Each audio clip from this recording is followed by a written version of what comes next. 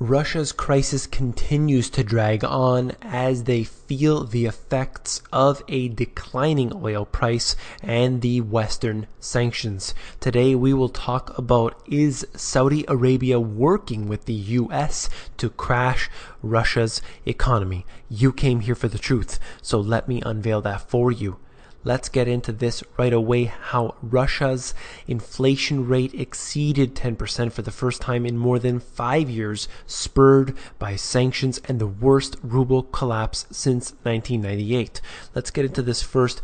You have to realize that a 10% inflation rate makes a very big difference on that individual citizen that is truly affected by this. Think about going to the store and every year things are not 2% as they supposedly should be 2%. We're talking 10%. That would be 5 times more. And these are with the government's numbers. Even Russia and all countries around the world use their cooked books. But let's just go with that number of 10%. That is a significant rate and is definitely harming the wealth of the individual citizen. And that's where it is today.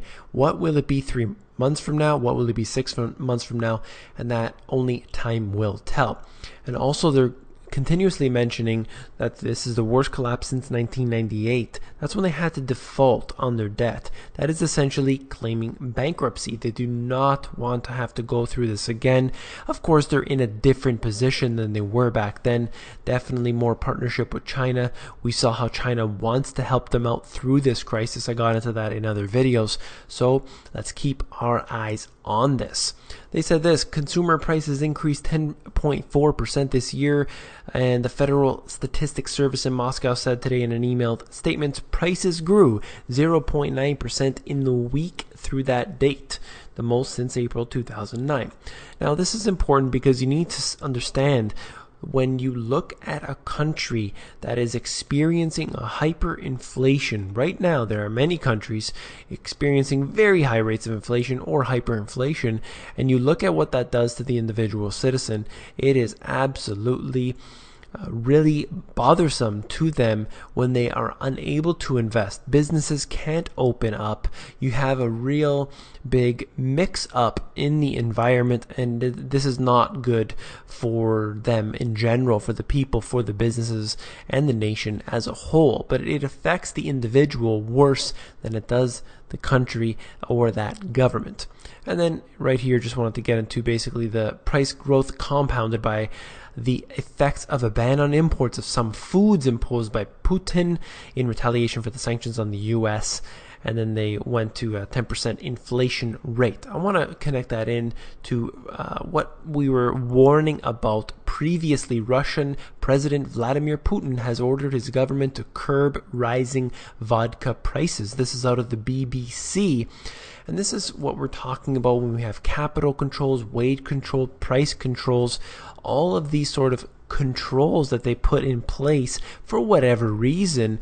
The fact remains is that they're essentially believing that they are smarter than the natural forces of the market. This is not something that can be sustained for a long time, because when you put a control in place, what do you think is going to happen? Look at prohibition on alcohol. What happened there? All you did was open up a black market for those goods in order for it to be brought in from other countries, or basically a worse product is sold, a dangerous product in many cases. So this is not a good idea to put a ceiling on anything.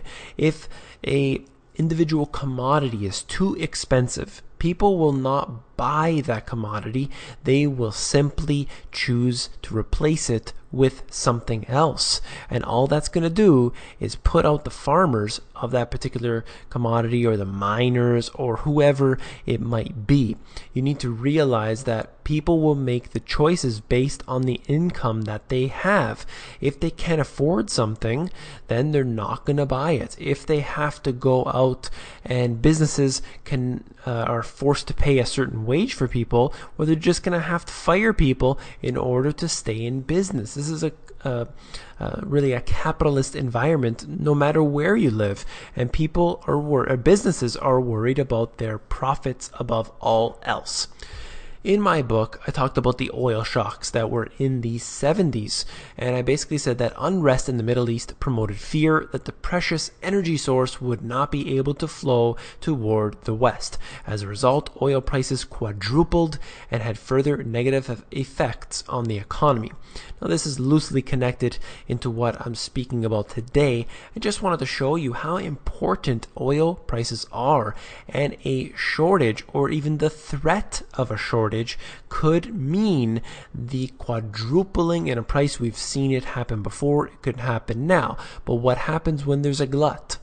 We can have the price dropping significantly. But we also know that the price can be manipulated. So let's get into this information right here. And I've talked about it before, and we'll get into that in a moment. But look at oilprice.com and what they're saying. Analysis shows the reasoning is complex. It may go beyond simply taking down the price to gain back lost market share. So they're basically discussing all the different options, why this is occurring. And let's look at this. We're talking about the Venezuelan president, Nicolas Maduro. He said, what is the reason for the United States and some U.S. allies wanting to drive down the price of oil? To harm Russia. And what have I been saying? Many believe the oil price plunge is the result of a deliberate and well-planned collusion on the part of the United States and Saudi Arabia to punish Russia and Iran for supporting the murderous Assad regime in Syria. Now, there are many reasons why they've done this, but I believe that they could definitely be a party to this. They could want to be hurting Russia specifically, but also Iran, and basically all of those others who are exporting oil, who make money off of that, and they want to harm them. And what a better way than to get them where it hurts, where their economy is making the profit, when they can pay off or work out a deal with Saudi Arabia and enabling them to push down the price. And that is obviously going to hurt them in a very, very strong way. It's working. Whether this is actually happening or not, we know specifically that it is working very well. And we even saw Putin admitting what they're doing here is in fact really successful. Let's go into this just very briefly. Wanted to note to you that I have a video talking about this already. If you haven't watched it, it's very important. In fact, if you Google Saudi Arabia oil and then you go to the videos area, you will definitely see that on the top. But you can just type in this, and I'll have it in the description below. It's well over 100,000 views already, so I'm very happy to see that this type of information is spreading out there, and people are in general very thankful for it. Let's get into this as well. Sliding oil prices leave socialist Venezuela on the brink of financial collapse. This is out of the Washington Times, talking about their president under international pressure for jailing opposition figures. Let's get into the main part here, is that when you have a nation that exports oil, that makes money from the oil, and all of a sudden that oil price goes down, they're going to be hurting. And when you don't have any other options or any other avenues to make money, what are you going to do?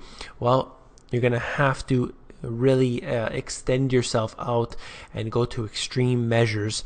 And right here, they are in very big trouble. They are experiencing very, very, very high rates of inflation. And this is absolutely trampling the individual citizen. So this is another way to look at it when you want to know what could happen in Russia, when you then want to know what could happen in Iran and other places. And don't forget, places like the US could be really receiving this type of future, not in the not too distant future here. And I also wanted to mention this. This is North Dakota population hitting a record. You have other cities, other states actually declining as their cities go bankrupt, as people pull out and literally abandon everything there. You can see what's happening in Detroit, in different areas of Michigan, like Flint, Michigan, for example, where the city is basically just being abandoned. But then you look at North Dakota and they are doing well. Part of this is the boom in oil. You can see how much they're pumping from North Dakota, and they are apparently sitting on major reserves. And of course, the price is down right now. It could definitely drop significantly from this point, but we know that the world is highly dependent on oil, and commodities in general are real. So they hold value, whether it is something of a low value or a higher value. That's not really the point I'm trying to get to. We can just look at it and understand that this is valuable. So a country, a state, a city that has something of real value is going to be economically sound. People are moving out of areas where they know the jobs are not going to be, and they're moving into a place where they definitely are. So this is something to look forward to in the future, where we can sort of predict where if we wanted to buy, for example, real estate, or if we wanted to invest in something in particular, we need to see where the jobs are moving in, where the jobs are moving out. Something definitely to look into. And I just wanted to add this in to sort of link it all together, where you need to realize how important the price of oil is. Is it being manipulated? We have many statistics. We have many reasons to believe that it is. So again, we will continue to dig deeper into this and try to get the truth once and for all. I also wanted to just thank you all for joining me here on Christmas Day. I wanted to say Merry Christmas to you, and I also wanted to say Happy Holidays as well. And definitely wanted you to know that, I am here, definitely here in the middle of the night. In fact, recording this. I believe it's about 3 a.m. at this point, but I need to get this information out to the public. I read these articles and just had to link them all together, put it together for you guys. So this is, my Merry Christmas present to all of you. Thank you for joining me here. I really appreciate all of the comments, all of the emails, all of the purchases of the book. I really thank those who send me the emails telling me that you purchased the book. It really means a lot to me. What I ask of you is that after you're done reading the book, don't let it sit on the bookshelf. Pass it on to your friends and family, to anyone who will read it. And it is very important. It should never sit on that bookshelf when you're done. I would really appreciate that. Thank you very much.